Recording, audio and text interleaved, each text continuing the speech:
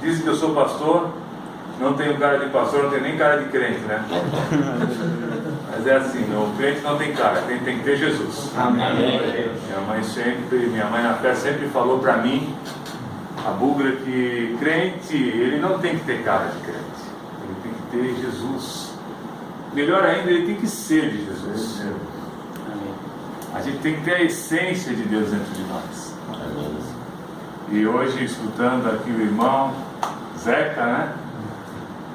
Eu vejo a essência de Jesus na vida dele, no ministério dele, no chamado dele, na alegria de servir a Deus, na alegria de poder, de alguma maneira, fazer o nome dele grande, tocar nos corações, quebrantar os nossos corações.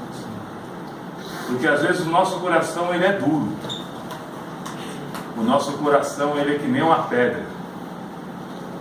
A Bíblia diz numa parábola, que é a parábola do semeador, que quando a semente da palavra ela cai num coração duro, o passarinheiro vem logo e rouba. Essa semente, que é a palavra, ela não consegue nem uma brechinha de terra para entrar. O coração está tão duro, a terra está tão dura, que o passarinho vem e cata. E às vezes a gente está assim. Às vezes a gente está num lugar como esse, mas nada toca a gente. A gente já apanhou pra caramba da vida, mas a gente ainda continua obstinado e duro.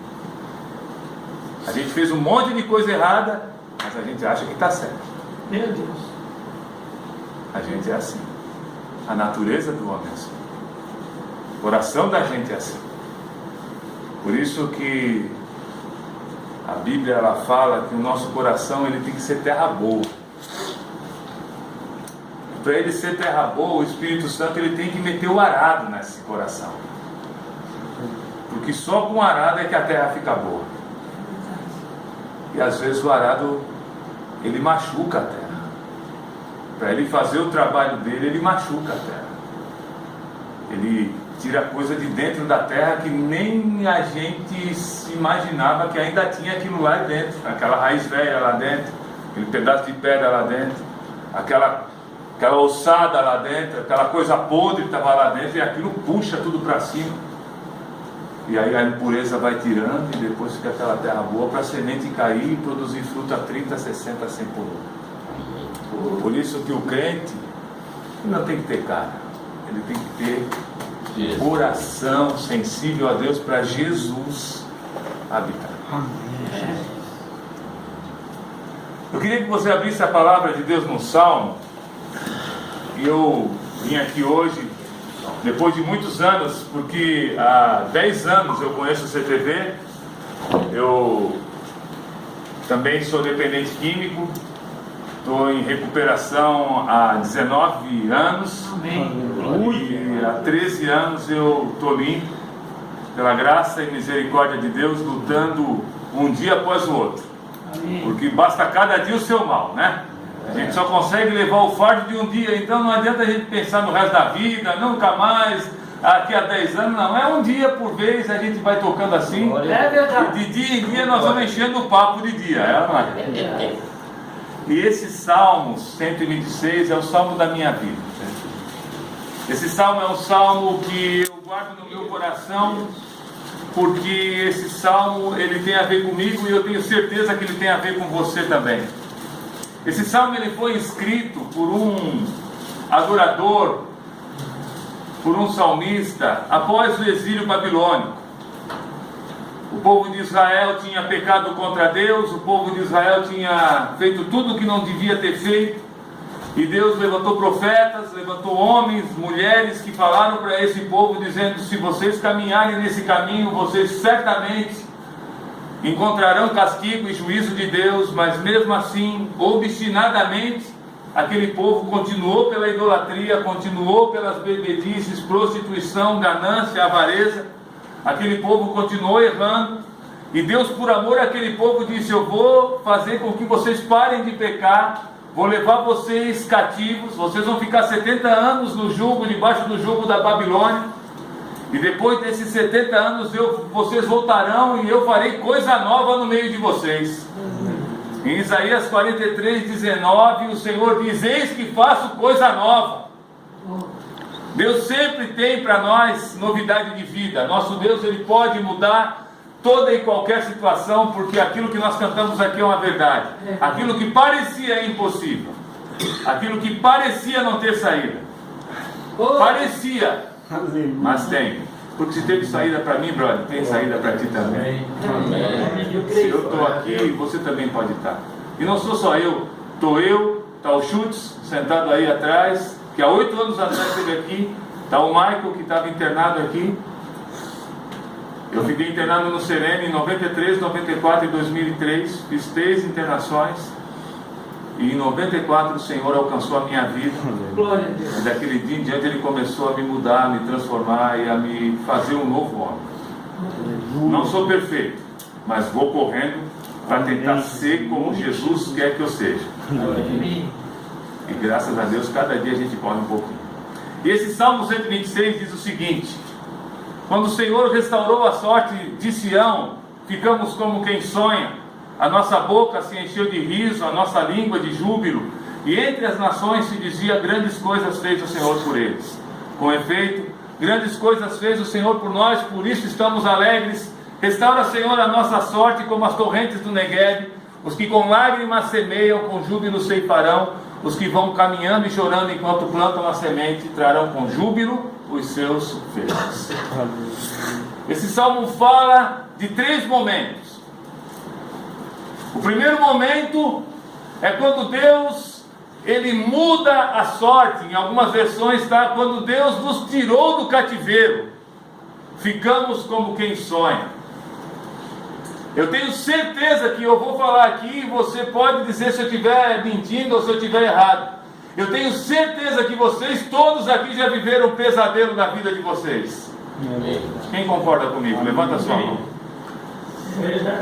A gente já viveu um pesadelo e a gente já fez as pessoas que vivem à nossa volta, ou que viviam à nossa volta, viver um pesadelo junto com a gente. A gente foi um pesadelo na vida delas. A gente fez aquilo que jamais imaginaríamos que faríamos, aquilo que jamais gostaríamos de fazer, aquilo que jamais a gente pensou que poderia ser feito. E foi um pesadelo, foi uma tristeza. Durante muitos anos da minha vida, desde os 12 até os 24, eu andei nas drogas. Aprendi a beber com meu pai. O meu pai me colocou nas drogas, porque bebida é droga, tá, queridos? Ela é uma substância psicotrópica, como o crack, como a cocaína, como qualquer outra coisa. E o meu pai me ensinou a beber e eu ensinei ele a usar cocaína. Nossa reunião de família era eu, meu pai, uma garrafa de conhaque, uma caixa de cerveja e um prato de pó. E eu não gostava de cheirar, eu gostava de tomar na veia. Então, durante 8 anos eu tomei cocaína injetada, nos idos de 1988 até 94. Usei constantemente, quase diariamente, cocaína injetada. No final da minha vida de ativo, eu estava usando de 40 a 60 injeções de cocaína por dia. Nessa época, quando não tinha mais a cocaína, eu botava álcool na veia. Eu colocava qualquer coisa que pudesse me chapar. Eu vivia dia e noite doido. Quando não tinha a cocaína, eu usava álcool e toda a droga que aparecesse. Tentei sair de várias maneiras.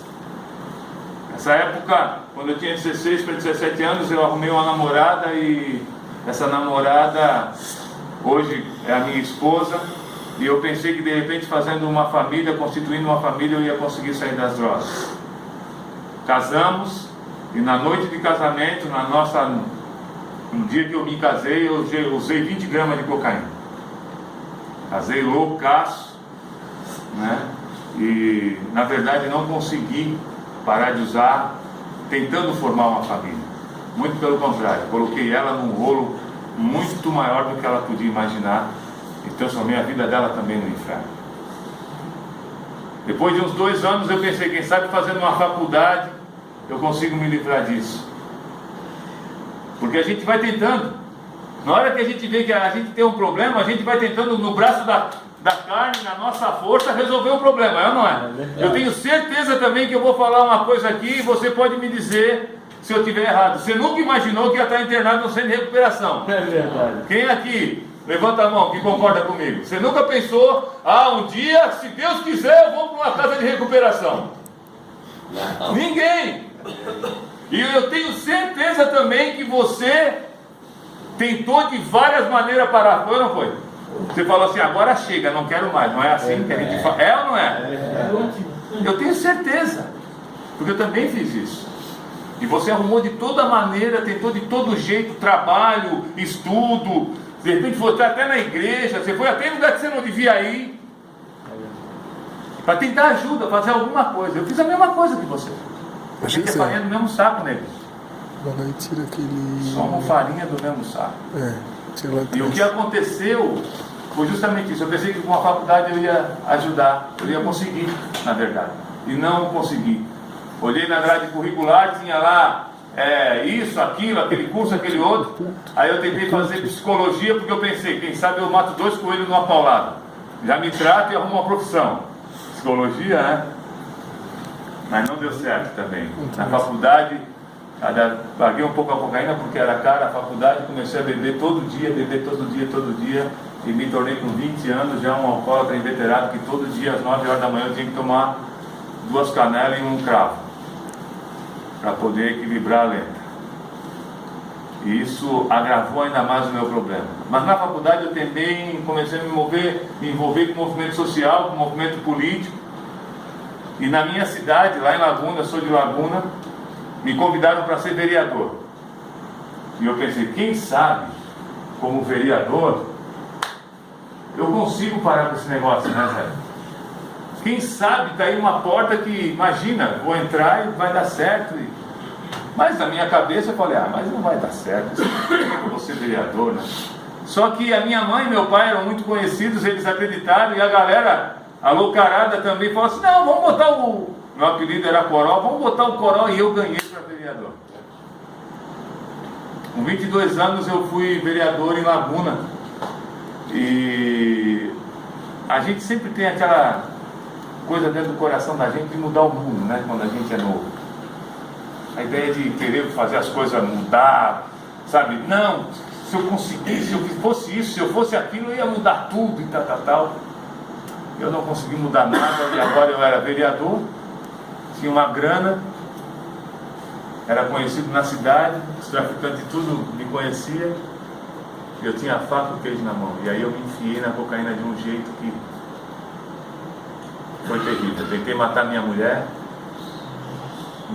grávida da minha primeira filha, eu a deixei por causa da cocaína, aluguei um apartamento para mim, e eu me lembro bem, um dia minha mãe foi lá me visitar e limpar, fazer uma limpeza para ver como é que eu estava, e quando ela levantou o saco de lixo para jogar fora, todas as seringas apontaram, tinha mais de 60 injeções de cocaína, ficaram para fora. Ela começou a chorar desesperada, tu vai te matar. Os meus braços, eles eram todos riscados de picada de cocaína. Eu já não comia, não dormia mais. Os traficantes queriam me matar. Jesus, como é bom, Senhor. A polícia queria me prender, eu estava para perder o meu mandato. Minha mulher já não aguentava mais a situação. E eu não sabia mais o que fazer. Um tio meu chegou para mim e disse assim, Max, quem sabe um amigo, quem sabe Jesus pode te ajudar. Eu olhei para a cara dele e falei, Jesus é um amigo teu, onde é que ele mora? Porque eu jamais imaginei que ele estava me falando de Jesus. Pensei que era alguém que tinha uma clínica, alguém que ele era crente. E ele falou, não, Marcos, Jesus, o Filho de Deus. Eu olhei para a cara dele, eu me lembro bem, eu estava na casa dele, estava tomando um vinho, porque eu não conseguia ficar de cara. Ficava chapado todo dia. E aí eu olhei para ele e eu falei assim, cara, eu uso droga, eu bebo e tu que fica doido, né? Jesus morreu, cara. O cara morreu faz uns 2000 anos mais ou menos. Como é que o cara vai me ajudar? Outra, ele está sempre pendurado na parede de cueca. Como é que um cara pendurado na parede de cueca vai me ajudar, maluco? Tá doido? Ele falou assim, não, Jesus está vivo. Olhei para a cara dele e falei, beleza. Aprendi na rua que louco a gente não encontraria. Está dizendo que Jesus está vivo. Bem, está vivo. Pô, vamos tomar um vinho, né? Vamos tomar um vinho aqui, você fica aí, tá tudo certo, nós estamos juntos, estamos juntos. Eu falei, esse cara tá pirado. Mas ele falou, não, amanhã eu vou te levar num lugar, e foi onde ele me levou para o Projeto Siloé, e o Projeto Siloé, através da Bugra, que é a minha mãe na fé, me ajudou muito, porque ela falou, olhou para mim, ela é hippie de Cristo, trabalhou na Praça 15 com evangelismo de bicho grilo na década de 70, e ela olhou para mim e falou assim, bicho, tu tá feio, cara. Tu tá feio, cara. Tu tá muito feio. Naquela época eu não tinha expressão, tá que nem a capa do Batman, né? Se tivesse, ela ia dizer, tu tá que nem a capa do Batman, cara. E aí ela olhou e falou assim, cara, Jesus pode te ajudar. Eu falei, meu, é outra doida. Acha também. E ela falou, e Jesus está vivo. Ela falou, e a outra que acha que Jesus está vivo. E aí eles me levaram para o Serene, aqui em Blumenau. E ali, um dia num quarto, querendo me matar, já tinha cortado os pulsos, já tinha tomado várias overdoses. Eu não aguentava mais viver, porque não tinha mais valor a vida para mim, não tinha sentido. Um dia eu cheguei para Deus, depois de ouvir muita pregação, depois de ouvir muito louvor como esse, eu me lembrei, Zeca, quando eu estava aqui escutando, de que os louvores entravam e eles quebravam meu coração.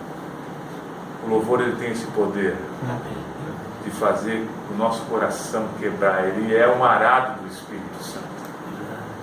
Se você deixar o louvor, se você cantar o louvor, se você ouvir o louvor, ele vai arar o teu coração para a semente da palavra entrar. Muitas vezes ele ara e já semeia ao mesmo tempo. Por isso que o louvor foi algo que mudou realmente a minha vida na casa de recuperação. E eu estava aqui escutando, estava me lembrando desse tempo. Naquele dia eu fui para o meu quarto, era uma segunda-feira, nunca vou me esquecer. E eu cheguei para Deus, pela primeira vez eu falei, Deus, se tu existe, então faz alguma coisa. Se tu existe, faz alguma coisa, porque eu não aguento mais. Qual é a tua, cara? Os caras dizem que tu tá vivo, meu tio diz que tu tá vivo, a Bugra diz que tu tá vivo, o Alair diz que tu tá vivo, e tu fica escondido aí no céu. Quem está vivo anda, quem está vivo fala, quem está vivo aparece. Se tu está vivo, faz alguma coisa, dá uma paulada, joga a pedra aí de cima, joga a titica. Só que nessa época eu não falava assim, né, mano? Eu falava palavrão, né? Então era um palavrão atrás do outro. Eu falei para Deus tudo isso. Eu estava deitado na cama no escuro. E eu me lembro muito bem que quando eu acabei de falar, eu levei uma porrada no peito. Eu senti um cheiro de podre terrível. Eu falei, caramba, como é que pode? Eu estou aqui deitado. Como é que esse cara entrou aqui dentro? O pé tudo cheio de merda de cachorro, com as catinhas desgranadas, me deu essa porrada e eu não vi. Eu me levantei da cama rapidinho, num quarto que nem o de vocês, abri a porta, olhei no corredor, não vi ninguém, acendi a luz do quarto, olhei para dentro do quarto, não tinha ninguém, aí tinha um espelho. Eu olhei no espelho, os olhos estavam desse tamanho, a carne começou a tremer, começou a queimar.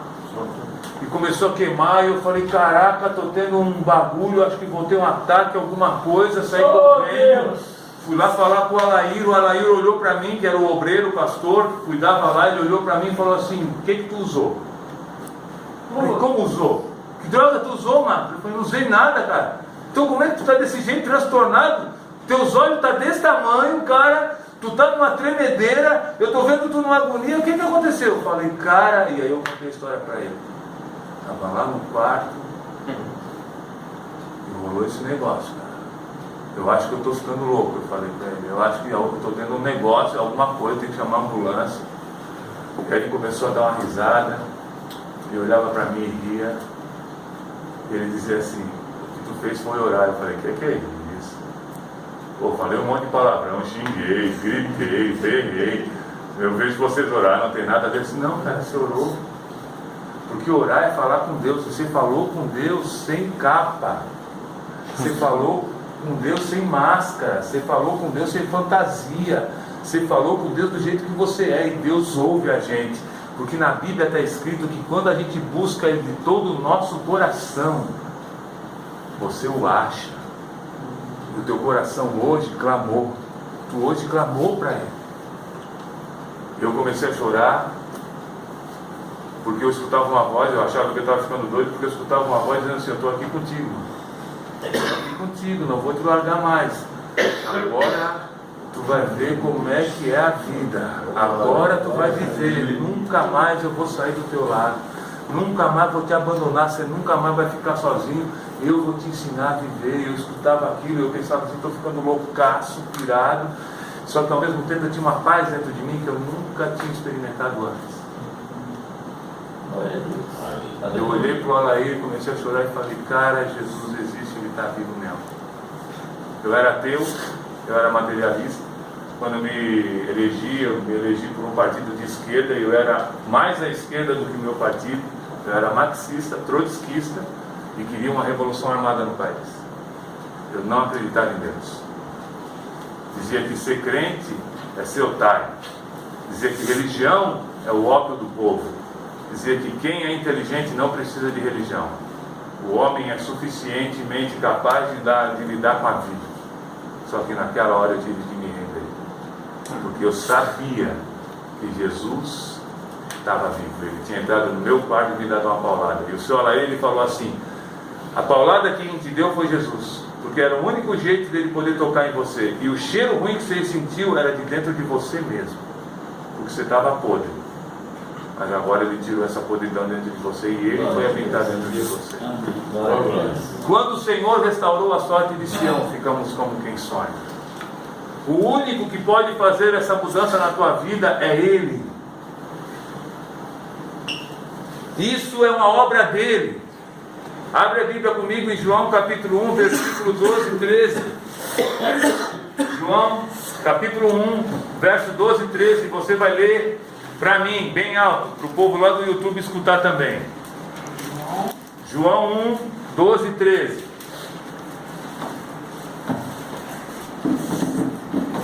Esse é o topo da minha vida. É. João 1, 12 e 13. O que diz? Alguém pode ler bem alto, pode ler. Mas a todos quantos o receberam, deles o poder de serem feitos filhos de Deus, aos que creem no seu nome, os quais não nasceram do sangue, nem da vontade da carne, nem da vontade do varão, mas de Deus. Quando a gente nasce de novo, a gente nasce da vontade de Deus. A gente não nasce de novo por causa da gente, a gente nasce de novo por causa dele. Ele faz isso na gente. E às vezes, para fazer isso na gente, ele tem que botar a gente num lugar como esse que você está.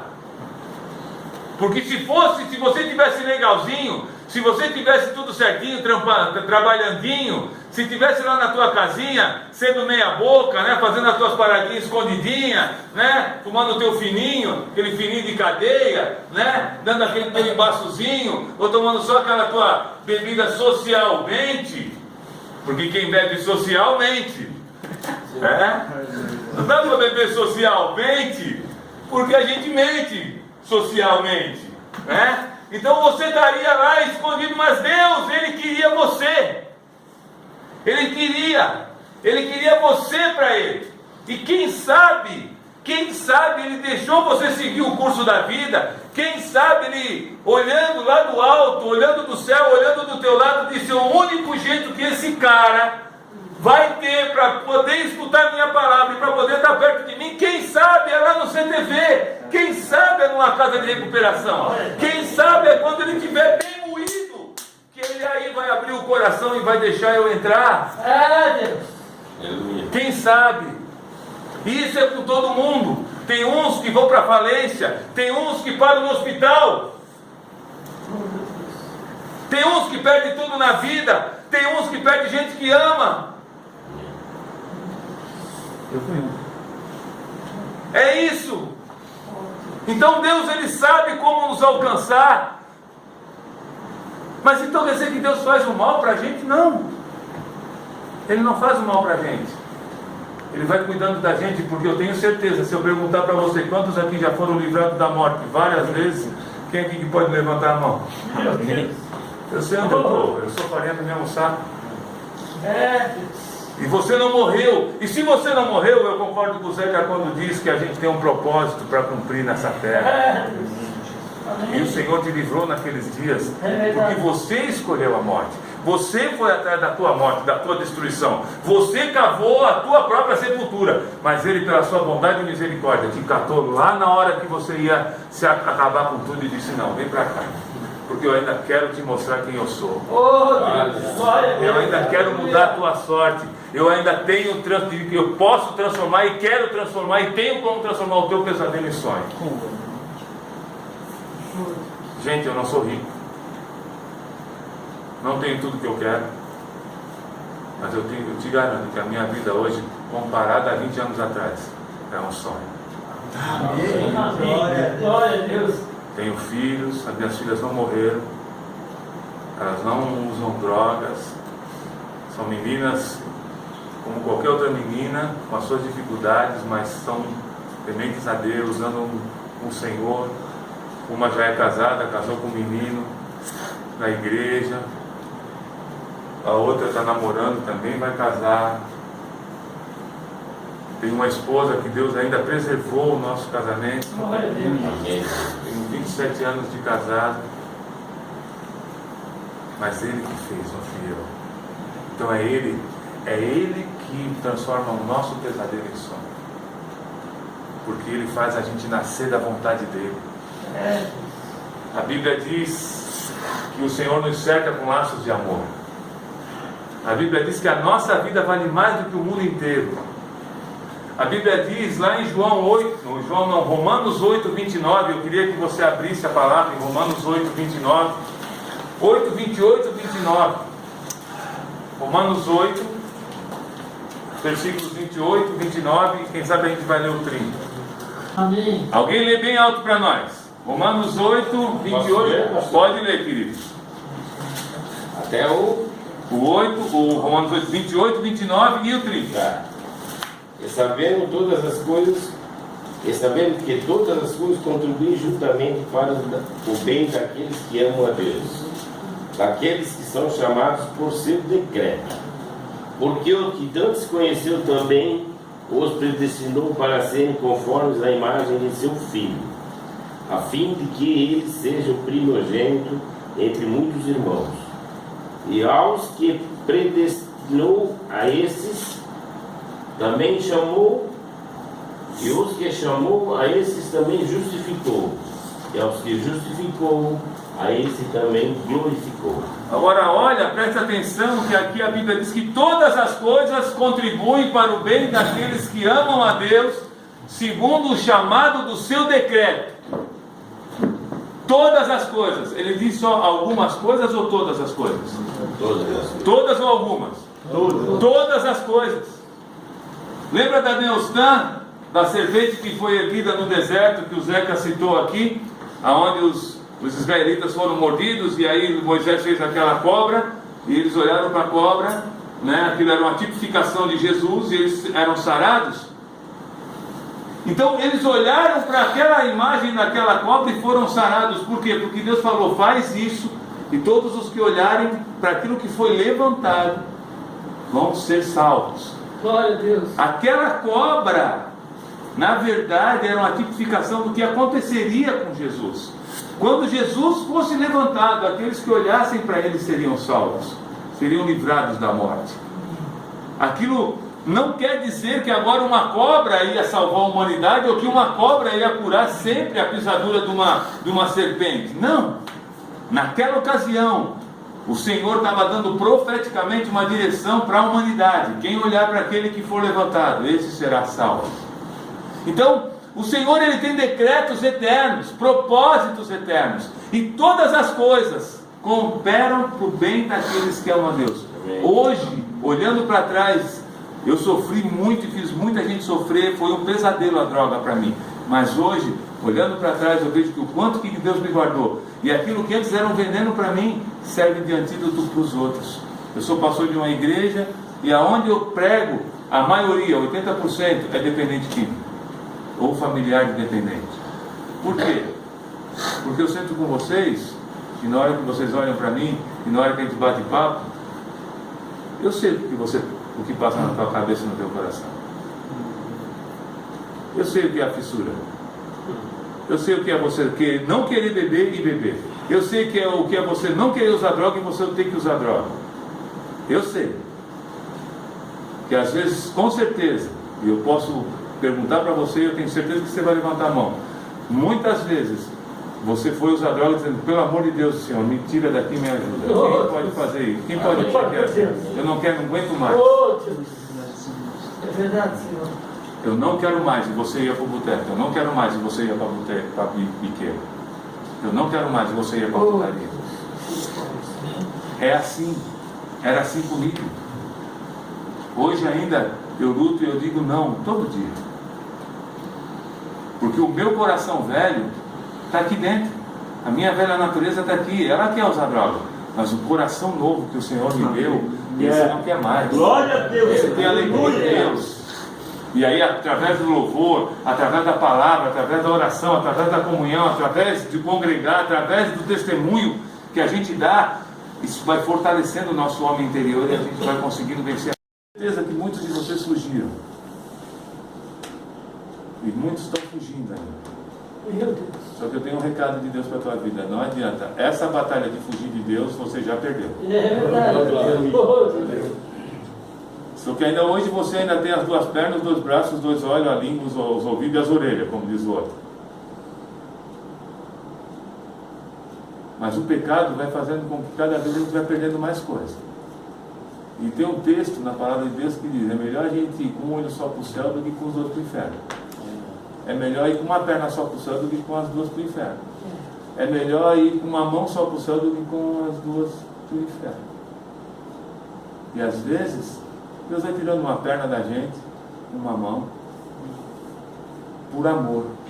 É que nem um pastor que quebra a perna da ovelha e carrega lá no ombro, para a ovelha começar a entender que ele tem que ficar perto do pastor. Ele dá o jeito dele, ele tem o jeito dele. Então isso é parte de Deus, quando o Senhor muda a nossa sorte. Segunda coisa que ele fala é que ele muda a nossa história. Oh, Deus. A Bíblia diz que grandes coisas fez o Senhor por eles, porque as nações diziam isso. Grandes coisas fez o Senhor por eles, por isso estamos alegres. Quando Israel foi para o cativeiro babilônico, eles foram numa multidão e andaram mais de 1000 quilômetros a pé pelo deserto. E a Bíblia diz que aquela nação, eles assobiavam e diziam, onde é que está o teu Deus? Olha a nação que era descendente do rei Davi, que era descendente de Abraão, olha o que aconteceu com vocês, estão indo cativas para Babilônia. Com certeza tem um monte de gente que olha para ti, sabia, está lá no internado no CTV. Isso nunca vai dar para nada. Eu tenho certeza que muita gente na tua casa já falou para ti, tu não tem jeito. Eu tenho certeza que os teus vizinhos já falaram, esse não tem jeito. Até o dono do boteco que você ia dizia, esse não tem jeito. Mas o Senhor é poderoso para fazer mudar a tua história. Eu creio. E aí as pessoas vão olhar e vão dizer assim, mas agora vem cá, passou para crente, é? Porque é assim que a gente diz, né? É verdade. Ah, o cara fez e agora passou para crente. Não foi a gente que passou para crente. Na verdade foi o Senhor que nos transportou do reino das trevas para o reino do Filho do seu amor. Não é a gente que passa, é Ele que carrega isso, está lá escrito em Corinto. Ele nos pega, nos transporta do reino das trevas e nos coloca no reino do Filho do seu amor. E aí quando a gente experimenta o amor de Deus, a gente fica constrangido e diz assim, eu quero mais desse amor, eu vou buscar mais desse amor, eu quero experimentar mais desse amor. Esse amor, sem esse amor eu não posso mais viver. É verdade, Senhor. Oh, Deus. E mesmo quando você tropeça, mesmo quando você dá uma resvalada, mesmo quando você cai, você não consegue mais ficar caído, porque já não tem mais graça ao pecado. Quando o Senhor te alcança, quando Ele te mostra o que é a vida, quando Ele te revela o que é o amor dEle, a bondade dEle, nada mais se compara. Oh, não tem droga nesse mundo que possa se parecer com o amor de Deus. Aleluia. Quando o Senhor me alcançou, depois de um tempo eu usei bagulho de novo, usei cocaína de novo, já não era mais a mesma coisa, não tinha graça, irmão. É verdade. Oh, Senhor. Eu já usava, me lembrando dos hinos, Me lembro que uma vez eu recaí, e foi logo depois que eu me converti. Eu fiquei 6 meses bem, e eu tive uma recaída. Depois fiquei 6 anos e tive uma outra recaída. Mas nessa primeira eu estava numa zona com 2 prostitutas, usando droga, e eu chorando, cantando hino, porque elas conheciam, porque também era filha de crente, e elas chorando, e aí elas diziam para mim, e eu dizia para ela: nós não devia estar aqui, nós devia estar agora nos pés do Senhor. Outro. E a gente não fez nada, a gente não teve nenhum tipo de relação, a gente usou droga, e a gente usava a droga chorando, pedindo perdão para Deus. Não tinha mais graça. O pecado já não era mais doce, o pecado já era amargo. O Senhor Jesus estraga a gente para o mundo. Deus queira que você não passe por isso, mas eu sei que algum de vocês vai passar. Mas Deus queira que você não passe mais, porque de novo você vai dizer assim: meu Deus, o que eu estou fazendo aqui? Porque não tem mais Meu graça, Deus. não vale mais a pena. É verdade. É muito melhor ficar limpo, é muito melhor viver com Jesus, é muito melhor sentir o amor de Deus, é muito melhor viver um sonho com Ele do que um pesadelo com a droga. Só que Ele muda a história da gente, Ele muda o nosso testemunho para a glória dEle. As pessoas que mais têm que dizer isso são as pessoas que vivem com você: mulher, filho, pai, mãe, vizinho, tio, parente. Porque tem gente que acredita na igreja, mas em casa filho de um demônio. O cara bota uma roupa e vai no domingo para o culto, mas em casa ele não tem nada de crente. E quem tem que dizer que tu mudou são as pessoas que te conheceram. A minha mãe, depois de 1 ano e meio, fui na minha casa e chegou para minha mulher e falou: ô Rogéria, o Max ele não está nem fumando, nem cigarro. Tu tem certeza? 1 ano e meio depois que eu tinha me convertido. E aí a mulher falou: não, dona Olinda, ele não está. Minha mãe eu batizei. Glória a Deus. Ela é minha mãe e minha filha na fé. Glória a Deus. Porque ela viu a minha mudança e ela falou: não, Deus existe. Porque eu nunca imaginei que meu filho ia. Glória a Deus. Aleluia. E é assim. A minha família, a minha cidade, que eu saí pelado, tentei matar minha mulher, eu era vereador e tomava cocaína debaixo dos postes, nos canos.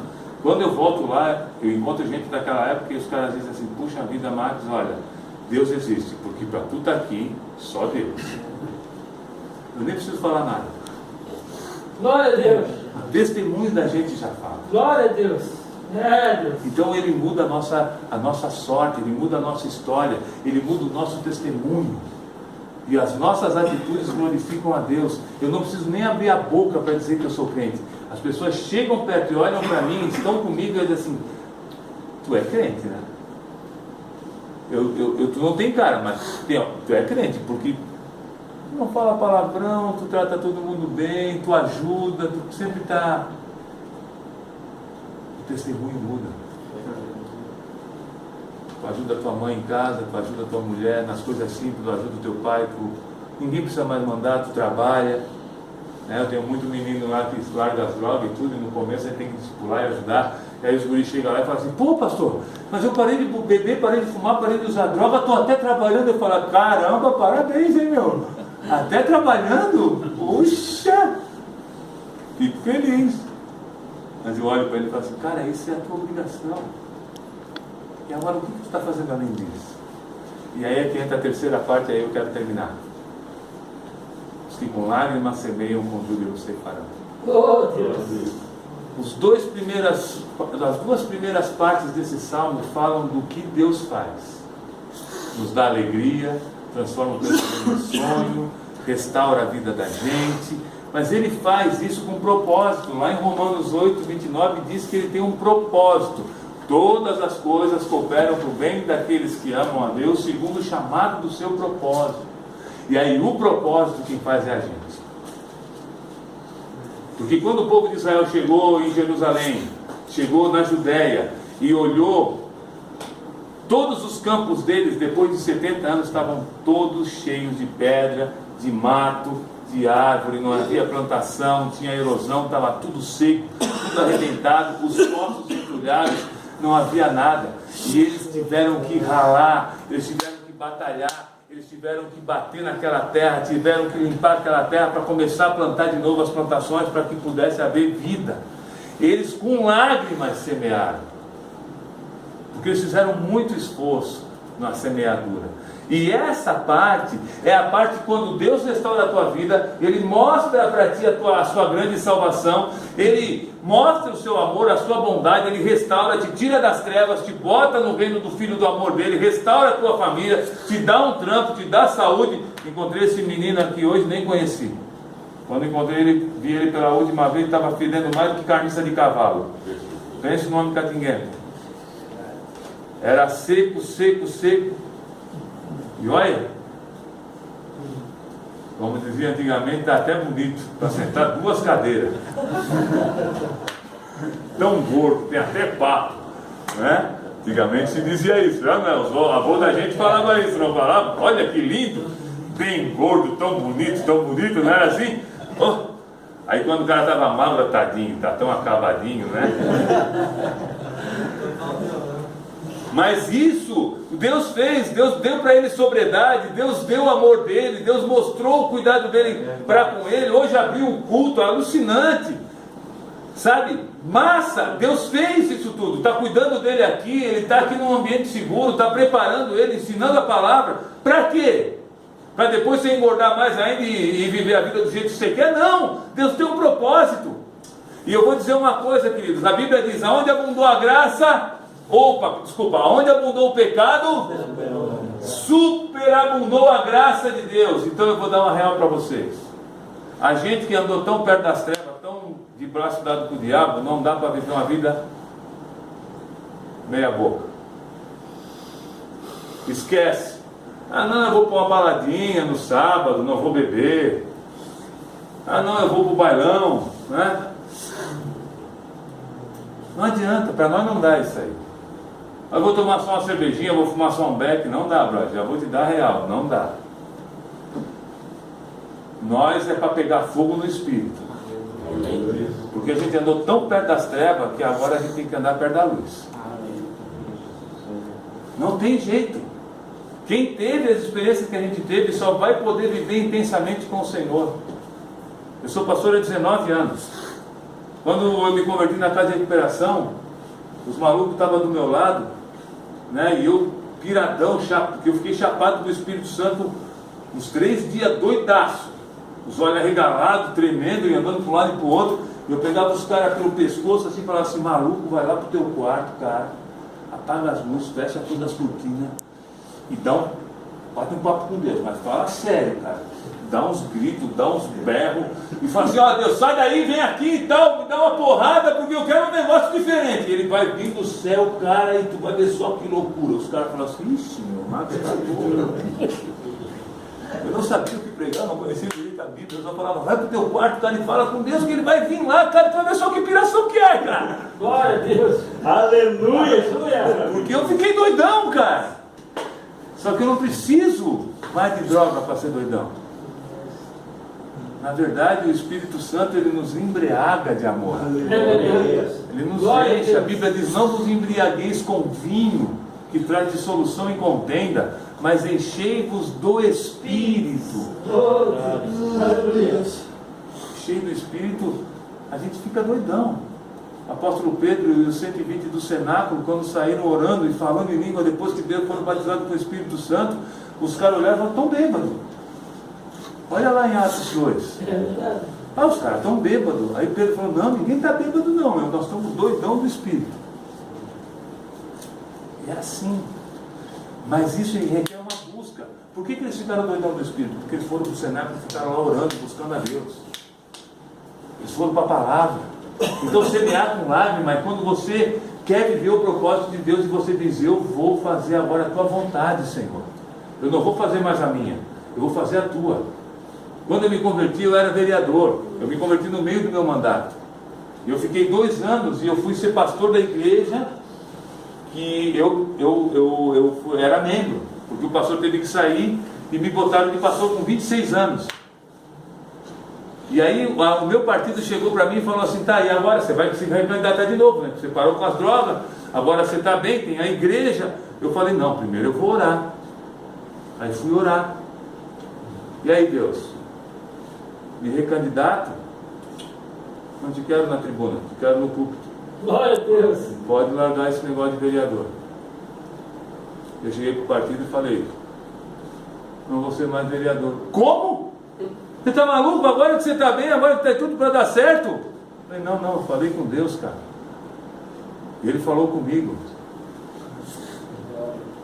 E eu falando com os malucos que são ímpios, né? Eu falei, não, Deus falou comigo, cara. Eu não vou ser vereador, eu vou ser pastor.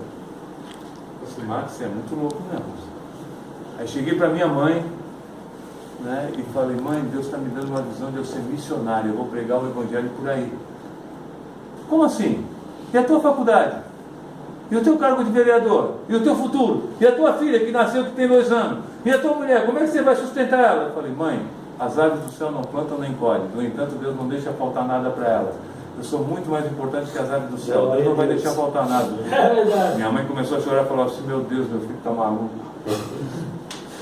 Tu vai viver de quê, homem? Eu falei, Deus vai me dar o que eu preciso.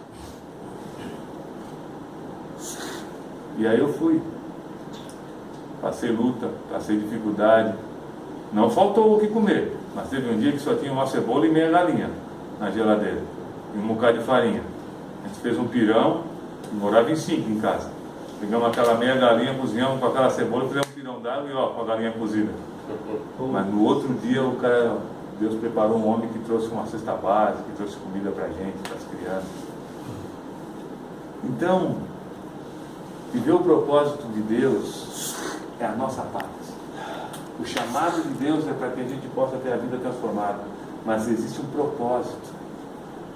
E Deus quer que eu e você vivamos. Por isso que hoje eu trouxe essa palavra aqui para te dar esperança. Tua vida não acabou ainda. Não é porque você já fez um monte de bobagem que agora você não tem mais esperança de fazer outras coisas boas. Não é porque você já transformou a tua vida num pesadelo que a tua vida vai ser um pesadelo para o resto dela. Deus pode transformar ela em um sonho e você ainda pode ser muito útil para você, para a tua família e para a humanidade. Porque aquilo que você foi um dia usado pelo diabo para ser alguém que destruiu muitas coisas, o nosso Deus pode transformar numa grande bênção para salvar um monte de gente. Não importa se você tem 20 anos, 25 anos, 30, 50, 60 anos, não importa.